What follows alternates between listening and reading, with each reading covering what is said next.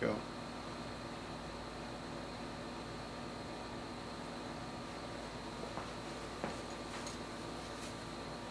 Hello. Hello! What are we? How are we starting this one? I don't know. Usually I scream something bizarre and then we keep going, but I forgot to do that, so we're just going to roll with it. Well, I see we have an MSA abrasives mask on the table. We have several of these, but what's so particularly special about this one, Milosh? So what's really cool about this one is it's a very late example of a trend that was more prominent in the 20s and 30s and still continues to this day, but less, where you would have a company like MSA make a mask, especially like a Bureau Cops type, and then other companies would buy the mask, rebrand it from them. So Such as Polmasan or Leco, what have you. Polmasan, Leco, Wallace and Tiernan, a bunch of York Refrigeration. Yeah, York. I have 3 separate face pieces of different makes rebranded by York. But this one is cool because they not only rebranded it, they also actually got an extension on the Bureau of Mines approval number. So if you're going through the Bureau of Mines approval numbers, as we often do on an almost daily basis, you will see things for Metco, or the Metallizing Engineering Company. But they obviously didn't make masks. They just bought them and rebranded them from MSA. So the viewers just tuning in, I don't think we've ever done a video on an MSA abrasives in general. So should I give a little bit of the background on the MSA abrasives? Yeah, feel free. So just to give you the quick run of it, the MSA abrasives mask was effectively a modification of the Cops type face piece to have a singular, not really panoramic, but single piece visor type eyepiece. And the whole philosophy behind the design is it was going to be a supplied air mask for use with a continuous air supply, as the name would imply. And the whole idea was that this flip-up lens with this mesh cover would allow the mask, used in conjunction with a protective rubber hood, to be used for media blasting, sandblasting, things of that nature, dealing with very heavy, coarse media that would otherwise damage or destroy any other conventional APR. And these were, I think these were introduced around the late 20s, around the same time as like the improved Cops types, and these lasted quite a while, well past their expiry date, for lack of a better term, because when these no longer became accepted protective equipment, like these were taken out of the Bureau of Mines or whatever, these are The approval number was rescinded. Yes, these became obsolete at some point. They said, okay, these are way too thin, these aren't very protective by current standards, but because they were so comfortable compared to other designs on the market, many people are still using People these. are still somehow using these. I wouldn't be surprised to this day. Because you had a story of like some guy in the Navy who was trying to like find these on eBay. So what that was is, and this was years ago, this is back when I ran a Tumblr back in like 2012, and there was a guy who messaged me who saw me post one of these, and he was interested in buying it, and I'm like, well, are you a collector? He's like, no, actually we use these. And if I remember correctly, it's been a long time. Basically, he said that everyone preferred these over what they called the monkey masks, which were the later MSA Ultra Views, which was the Blast Foe, I think it was called. No, that's a completely separate thing. Right, with right. The hard hat under it. Oh yeah, that's right. What were they called? Abrasive Blast? Yes. Abrasive Blast. So the Abrasive Blast, whatever you call it, it's an Ultra View with a clamp-on lens, kind of like the welding variants. Big clamp-on lens with the same kind of filter on it, with this mesh filter. 2 exhale valves on the chin, supplied air, and everyone said those were way too heavy and way too cumbersome because you have the nose cup and the internal seal and everything versus this, which is just sheet rubber. So. And you don't really need a nose cup and all that. I mean, yeah, it's beneficial for defogging, but with a supplied air respirator, you're already going to have a constant flow of air washing over the lens anyway, so it was kind of redundant in most cases. And the thinner face piece definitely owed to why it was much more preferred, because it was more flexible, therefore more comfortable, whereas the Ultraview, much thicker rubber, the interperipheral seal made much more consistent, firm contact. It's a lot safer. It's a safety issue more than anything else. This is comfortable, but all of those are safety features that this mask doesn't have. So there was definitely flaws. I mean, even looking at it right now, obviously it's because this one's old. It's going to be, but just think about the people still using them. Obviously, they're going to have issues with this where it's not sealing on the face properly. It's just that sometimes these get very stiff as well, so they don't really seal very effectively. I mean, yeah, I'm sure a good deal of the positive pressure would take care of that, but you know, it's not something you want to gamble with. It's for something that's so carcinogenous. So Can't carcinogenic. There we go. That's the word. So, yeah. Now these are good masks. A little bit more background on them. Duke mentioned the Navy. Apparently, the Navy really fucking loved these things. They were the original face piece for the Lambertson. LARU, their Yeah. diving rebreather that the OSS used in late World War II. Exactly. So it was basically this face piece. Obviously, no valves, no guard. Rebreather hooks in right here. Navy really loved these things. The guy that designed this, Biggs, I can't remember his full name. He did a couple other things for the Navy, which actually, conveniently, we have some of them over here. Let's see. So that... Interesting you pull that out, because we didn't even get to the generations of the MSA abrasive face piece yet. Yeah, but I'm going somewhere with this. Of course. Let's see. And I'll pull out this one. Okay. So all three of these masks, basically, even though this is really the same model, were designed by a guy named Biggs. With two G's. Yes, 2 G's. If someone comments, I can, link to his patents. Very similar in some ways. Visually, these are all half mask respirator, U.S. Navy type. So he did a lot of stuff that the Navy really liked. Obviously, you have a Yablick valve on here. Any kind of chemical cartridge filter. Same as this, actually, where you would put an organic vapors filter in that little canister there. Which is a little bit scuffed right now. It's missing some hardware and it's kind of beat up. But you'd put an organic vapor canister in there so that the oil fumes or any kind of aerosolized oil from the air compressor would not get into your lungs. It would go through this side, the air would come in here, it would have to go through the filter, obviously, and then it would go out through the hose on the other side, sort of offset from each other, those two ports. But as I was mentioning a minute ago, there was actually a few different variations of these face pieces. I believe this is the second one. The third? Oh, okay. So the first one, there's probably an even earlier one that I'm not, because I think there was obviously the earliest ones would have had Yablick valves like this, and they had snaps along the face piece instead of the buckles. So that's why I held up 3 fingers, is because you're correct. There is a very early one that we don't have. I've never seen anyone who owns one, where these snaps, which is where the hood would go, these are standard snap rivets.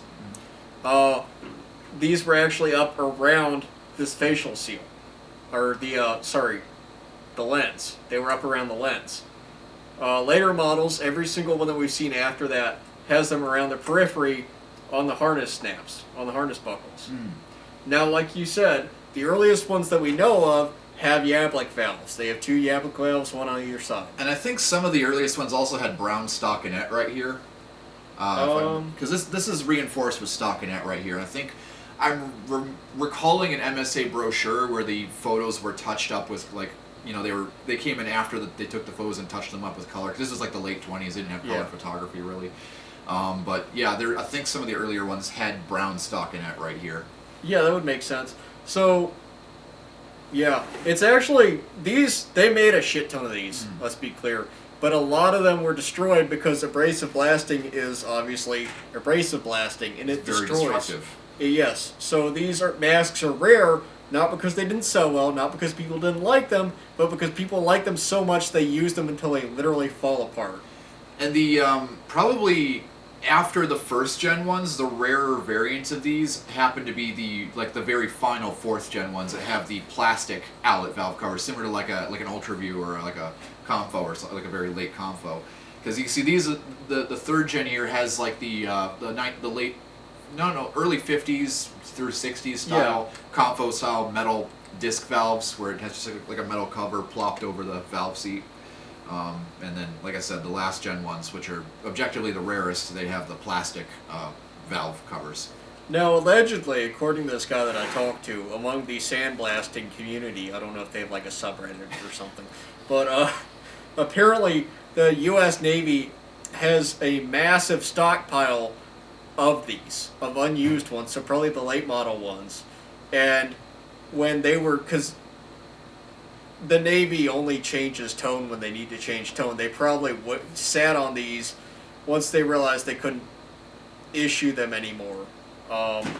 But before that, they were probably one of the last users because the Navy, being the Navy, can just completely ignore lawsuits for decades because they're not liable. Again, there was, I think I've mentioned this in other videos before, but there was literally a point in like 2003 where the Navy came to Aberdeen and was like, hey, we have a bunch of these old Navy diaphragm Mark V respirators left over from like Vietnam. Can we still use these? Aberdeen basically just said no, but they said no, but because they wanted to do leak tests on them just to prove once and for all, no, you can't recycle these. But it just goes to show the Navy wanted to keep using older stuff even though it was well past its obsolescence. They're very efficient. Yeah. So anyway, Metco, Metallizing Engineering Company, their big thing was developing or being involved with metallizing. Metallizing being when you have a worn piece of metal, some kind of structural part or something, and instead of making a new one or doing welds or rebuilding it, you basically spray metal onto it to rebuild it. Kind of shotgunning metal on there. Basically, that's what I got from Google. I'm not particularly familiar with it. We don't use that in my line of work. This is the first time I've ever heard of it. Yeah, same. I So wonder how effective it was. I guess it worked. So let's get into the particulars of this mask. I'm going to check the camera because I think we only have 20 minutes to record based on what it said. But we'll Sounds see. good. There's really not too much to cover in all honesty. I mean, Yeah, we've got 8 minutes left. We'll be fine. what you see is kind of what you get with this. I mean,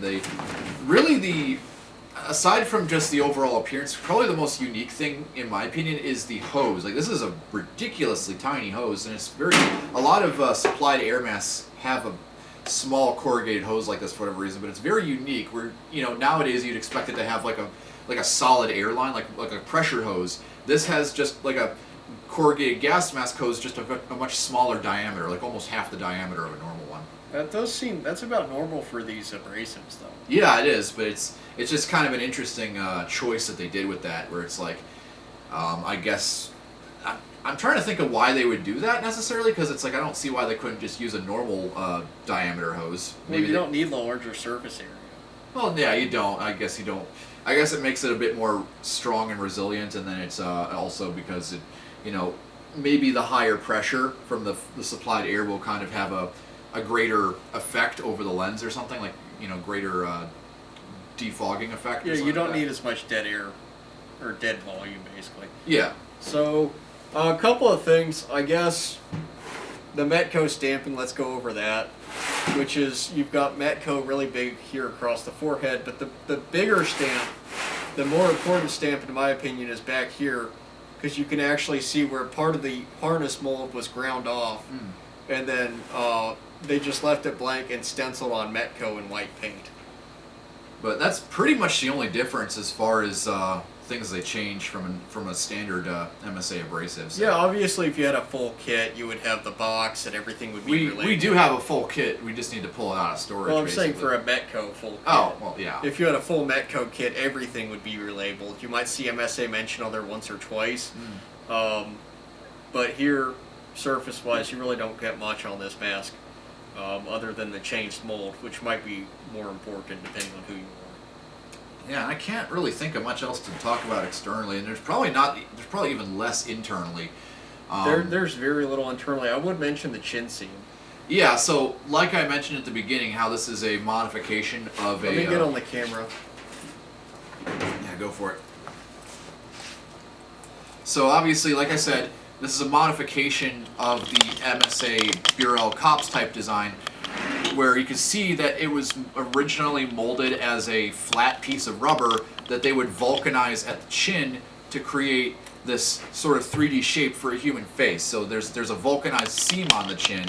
I don't know if with these improved face pieces they did the chin seam like on the older stockinette ones, I don't think they did a sewn chin seam. I think they literally advanced, like rubber technology was advanced enough to where they could just kind of press it together while it was semi-cured and lay the seam over it and vulcanize it as one piece, sort of like what they did with the Akron Tissot mask during World War One. But moving on to the interior, if I can flip the harness around, I'll just do this for now. You can't. There's really nothing inside of here. I think some of them might have had some sort of rudimentary cone-shaped deflector, but this one is just like an open peg. That's straight up dark. Okay, let me. Yeah, you hold it like that. I'll bring the camera around. Yeah, we need to figure out our lighting fixtures again. But yeah, you can see there's the only noteworthy thing on the interior is this plastic. Actually, no, this is metal. Actually, never mind. This is a metal reinforcement to keep. Which is probably why they riveted the hood onto that originally. Yeah, and you can see where the reinforcement is riveted onto the outside. Kind of an interesting design choice, I guess. I can't really think of a good reason why. I guess to prevent the facepiece from collapsing during inhalation. That definitely reinforces the fact that these face pieces were very thin, and some very interesting texturing on the interior. Because normally on older MSA masks, the textures like on the Bureau Cops types, it's sort of like a crosshatch pattern, but this is more like a pebble grain sort of texture, if that makes any sense. Sort of what you would see on the All Visions, which makes sense because this is like a much later generation one, which would probably be produced around the same time as the All Vision. So that's about it to see though, and I can definitely see why a lot of these face pieces were used with diving setups, rebreathers, is because with a diving mask you want a flat lens. If you have lenses that are angled or curved, it will create optical distortion that will make it very difficult to navigate around underwater. So that's why on like submarines and stuff like that, all the portholes are just flat glass. You want that because if it's submerged underwater, if it's curved or domed, you won't be able to see very well in most cases. Obviously there's like modern submersibles that have like bubble windows, but like as far as a diving mask, you want a flat lens. And then there's the rubber hinged frame with the mesh screen for protecting the glass from any abrasives. Got a little pull tab right there. There's really not much to this thing. It's very self-explanatory once you look at it. But fortunately the harness is a little bit damaged because there's a pull tab missing on this buckle. But otherwise, aside from that and the busted regulator / canister receptacle, it's all intact. But that's really all I have to say about it. They're neat masks, very hard to find. They pop up every blue moon, and obviously some variants even less. But that's if you wanted to wrap it up, I've got nothing else to say about it. No, I think that about covers all of it. So that's that's basically it. Abrasive masks are cool, and well, sometime later we'll probably break out the full MSA kit we have with the hood and show that off in better detail. But that's for a later video. Yeah, I really don't feel like it. So we'll see. All right. Well, thank you for watching. Take care.